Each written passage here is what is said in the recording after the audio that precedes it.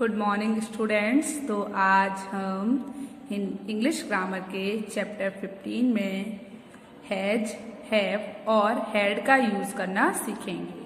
तो बच्चों, आज हम इंग्लिश ग्रामर में क्या सीखने वाले हैं कि हम हैज का यूज कब करते हैं, हम हैव का यूज कब करते हैं और हम हैड का यूज कब करते हैं।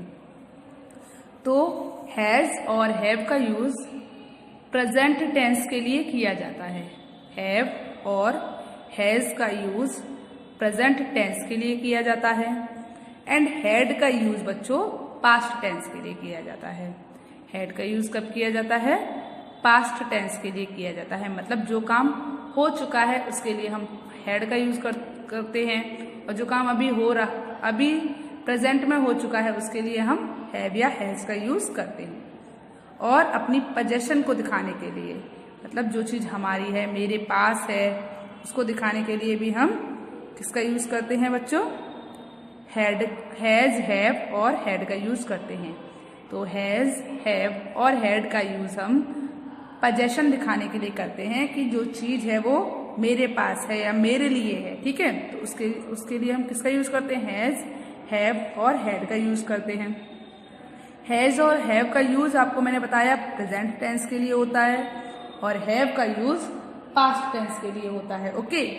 पर हैज, हैव का यूज प्रेजेंट टेंस में हैज का यूज सिंगुलर के लिए होता है, हैव का यूज प्लूरल के लिए होता है। और पास्ट टेंस में सिंगुलर हो या प्लूरल दोनों के लिए ही हैड का यूज होता है। तो हैड में तो आपकी कोई प्रॉब्लम नहीं है क्योंकि पास्ट टेंस में यूज होता है, पर सारे सब्जेक्ट के लिए, चाहे वो सब्जेक्ट सिंगुलर हो चाहे वो सब्जेक्ट प्लूरल हो, सबके साथ ही हैड लगेगा। कब? जब पास्ट टेंस में बात हो रही होगी। लेकिन जब हम प्रेजेंट टेंस में हैं और हमें हैज और हैव का यूज करना है तो जो भी सब्जेक्ट हमारा सिंगुलर होगा उसके लिए हम हैज का यूज करेंगे और जो भी सब्जेक्ट हमारा प्लूरल होगा उसके लिए हम हैव का यूज करेंगे, ओके। चलिए, तो अब हम अपना चैप्टर पढ़ना स्टार्ट करते हैं और देखते हैं कि चैप्टर में क्या समझाया है। तो has, have and had. So possession has, have और हैड दिखाता है, क्या दिखाता है? पोजेशन दिखाता है। क्या दिखाता है बच्चों? पोजेशन दिखाता है। तो सबसे पहले आपको दिया है has and have. They are used in the present tense. ये इनका यूज कब किया जाता है? इनका यूज प्रेजेंट टेंस में किया जाता है। They are used in the present tense, मतलब वर्तमान काल में उनका प्रयोग किया जाता है, ठीक है।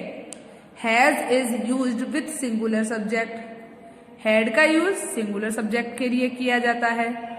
हैज का यूज सिंगुलर सब्जेक्ट के साथ किया जाता है, but not with I and you. लेकिन आई और यू के साथ नहीं किया जाता। बच्चों, आई को और यू को हम हमेशा प्लूरल सब्जेक्ट में ही मानते हैं, होते सिंगुलर है बट इनको हम प्लूरल में ही काउंट करते हैं। तो इसीलिए हैज का यूज सिंगुलर सब्जेक्ट के लिए किया जाता है, ठीक है। हैज का यूज सिंगुलर सब्जेक्ट के साथ होता है, लेकिन आई और यू के साथ नहीं, लेकिन मैं और तुम के साथ नहीं, मतलब आई और यू के साथ नहीं। अब आगे देखिए, हैव का यूज आई और यू के साथ सभी प्लूरल सब्जेक्ट के लिए किया जाता है।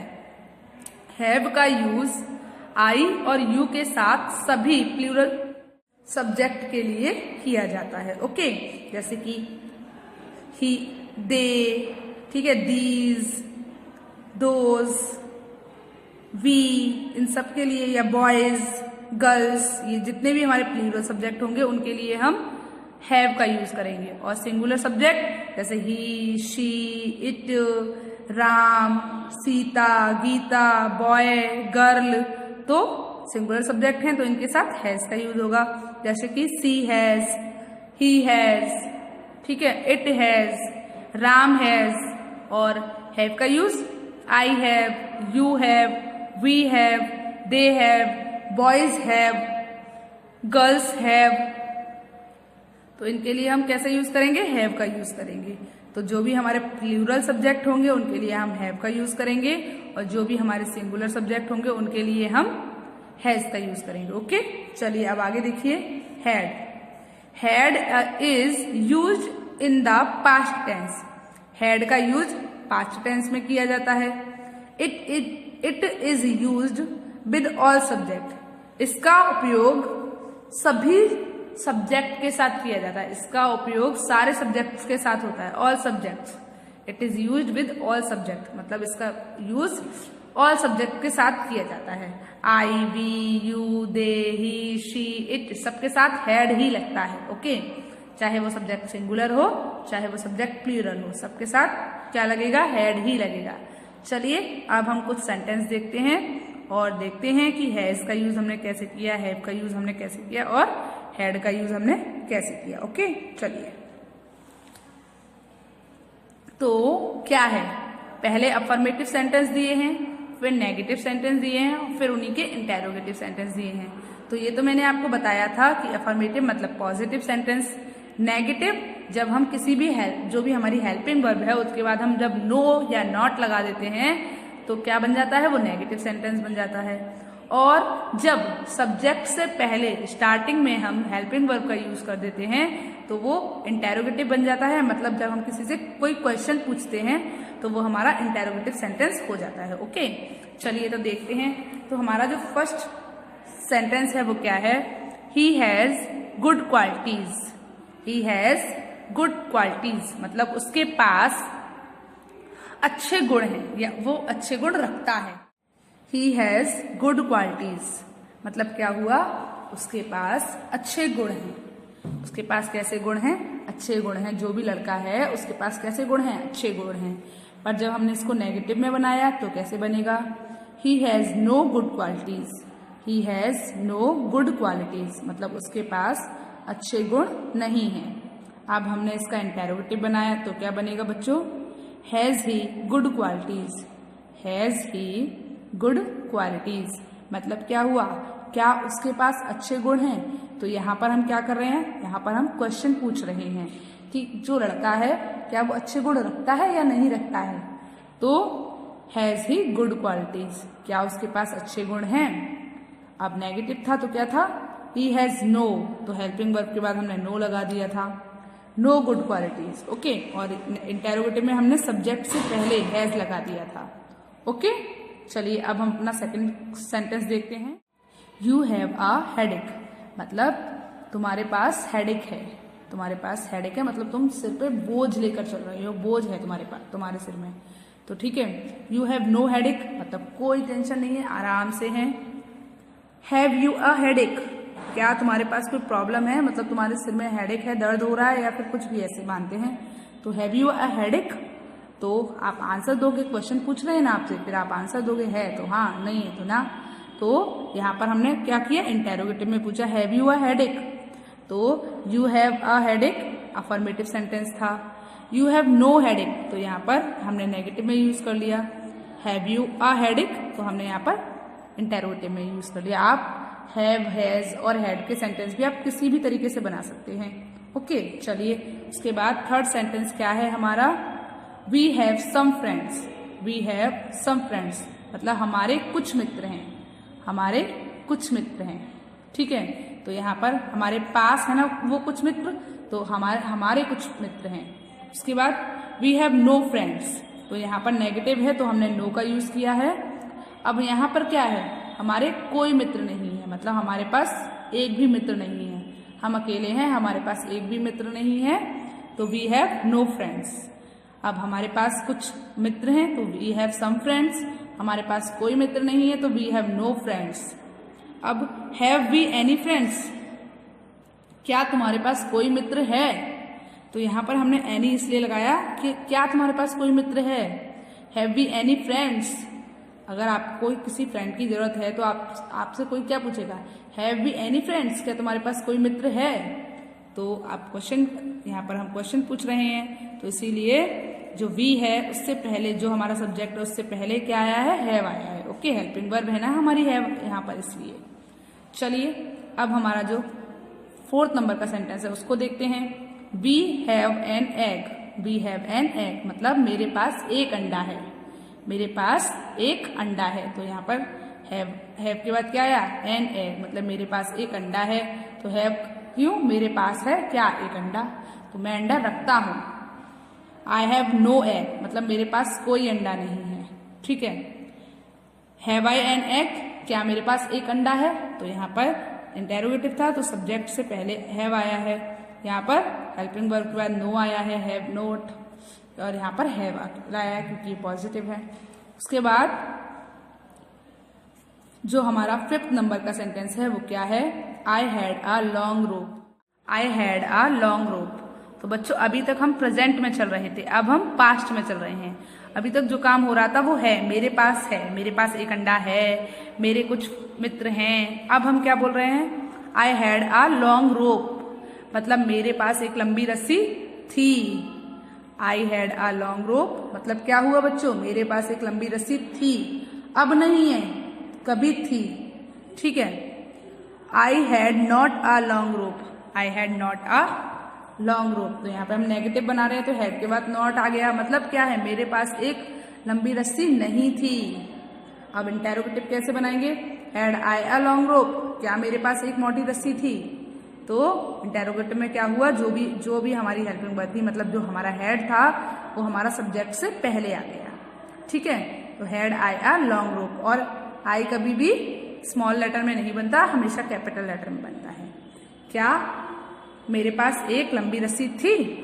चलिए उसके बाद जो हमारा 7th नंबर का सेंटेंस है वो क्या है, the bird had beautiful wings, मतलब क्या हुआ, पक्षी के पास सुंदर पंख थे।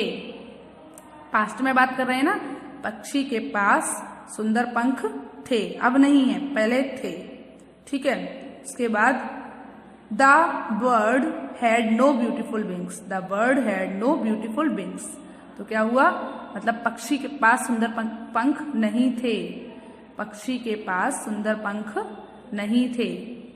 तो यहाँ पर क्या हो गया कि जो बर्ड है उसके पास सुंदर पंख नहीं है, तो हैड के बाद हमने क्या लगाया, नो।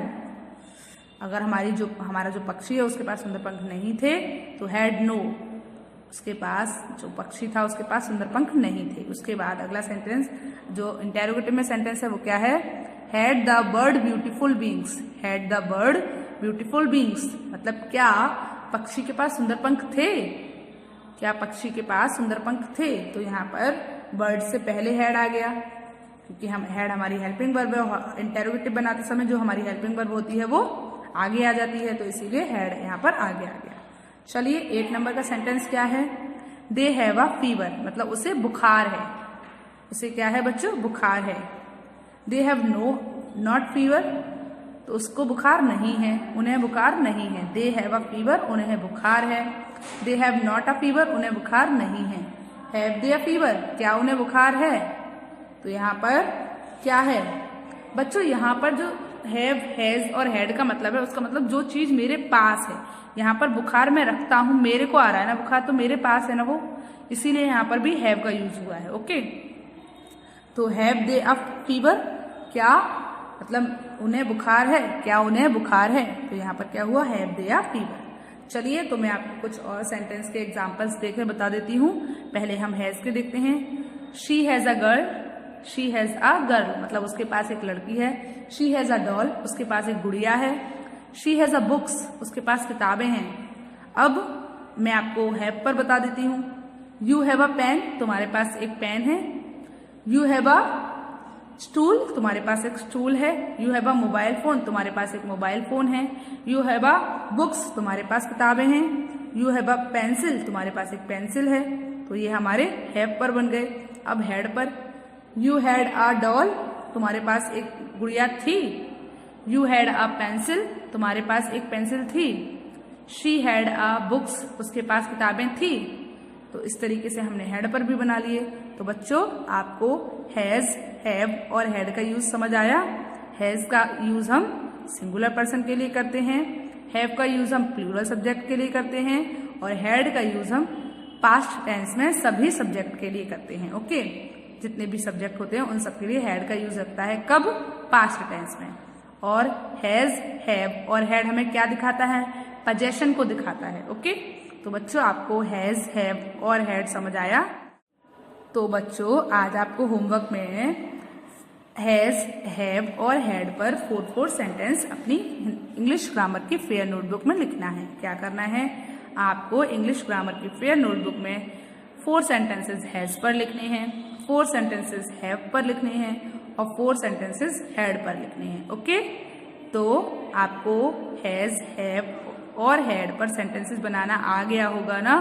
तो आज आपका होमवर्क क्या है, आपको 4 सेंटेंसेस हैज, हैव और हैड पर लिखने हैं। किसमें, अपनी इंग्लिश ग्रामर की फेयर नोटबुक में। ओके, चलिए गुड बाय।